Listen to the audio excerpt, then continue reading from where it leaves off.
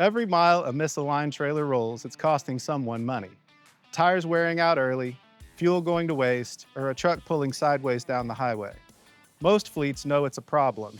Most never check it, because checking it was complicated, expensive, or took equipment they didn't have. This fixes that. I'm Travis Hubbock, president of Axletrac Alignment Tools. This is the Axletrac Alignment System. It attaches directly to the hub-piloted wheel studs. No tire removal, no hubcap removal, no inflation systems touched. The end extenders create a solid, self-centering reference point at the exact center of the axle, out beyond the edge of the tire. That's the only way to get an accurate measurement.